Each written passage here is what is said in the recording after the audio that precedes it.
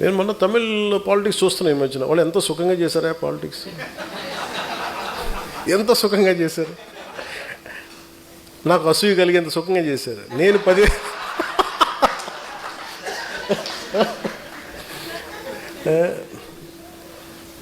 కటౌట్లు పెట్టుకుంటే గెలిచేశారు.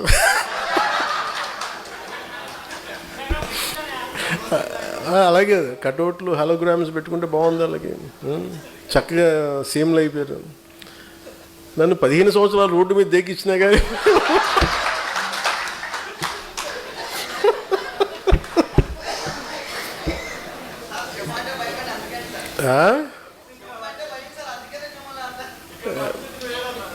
సరదా తెలుసులే, తెలియదు.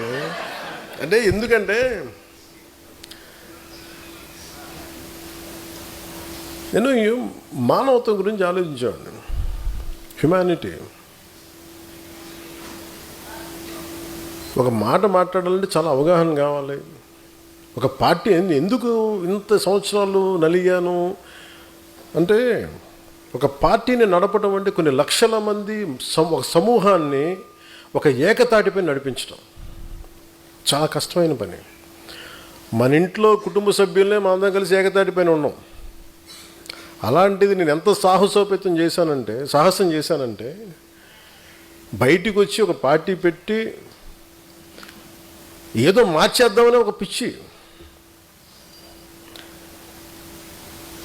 అది చాలా ధైర్యాన్ని ఇచ్చింది. నేను అనుకున్నాను ఎంత చదివినట్టు, ఏం చేసి చదివినట్టు అంటే, నేను వుల్ఫ్గాంగ్ వాన్ గోట్ అని ఒక జర్మన్ రైటర్ ఉండేవాడు.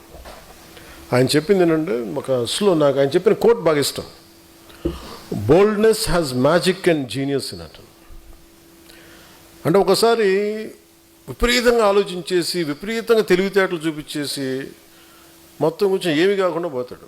ఒకసారి దూకేసాడు అనుకో, వాడు కొట్టేశాడు. చాలామంది మహానుభావులు, మేధావులు చదివి పుస్తకాలు పురుగులైపోయి యాక్షన్ లేకుండా అనాలిసిస్కే పరిమితం అయిపోయి ఇళ్లలో మగ్గిపోతారు.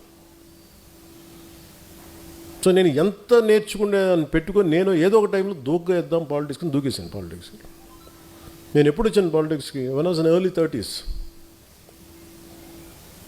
నాకు ఇప్పుడు అర్థమవుద్ది. నేను చాలా నేను అసలు అవగాహన లేకుండా ఏది కూర్చోబెట్టంటే అప్పటికే నేను చాలా ఏమంటుందని జీవితాన్ని చూసేసాను అనుకున్నాను. ఇప్పుడు అనుకుంటాను జీవితాన్ని చూసి పార్టీ పెట్టాను అనుకుంటాను. ఆ టైంలో 2007లో సిపిఎఫ్ పెట్టినప్పుడు same political commitment, same political ideology. అంటే ఈ దేశంలో సగటు మనిషి బలంగా ఉండాలి. ఈ దేశంలో సగటు మనిషి కష్టం వస్తే వాడు చెప్పుకోగలగాలి. ఒక ఎమ్మెల్యే ఉన్నా, ఎంపీ తెలిసినా, నాకు ఒక వార్డు మెంబర్ తెలిసినా తెలియకపోయినా సగటు మనిషి వ్యవస్థలకు నిలబడాలి, వ్యవస్థలు అతను న్యాయం చేయాలి. ఇలాంటి ఈరోజు చాలా ఏమైపోయింటే సహజంగా మనకు రావాల్సిన హక్కులు ఇచ్చేవాళ్ళు ఎవరు లేరు మనకి.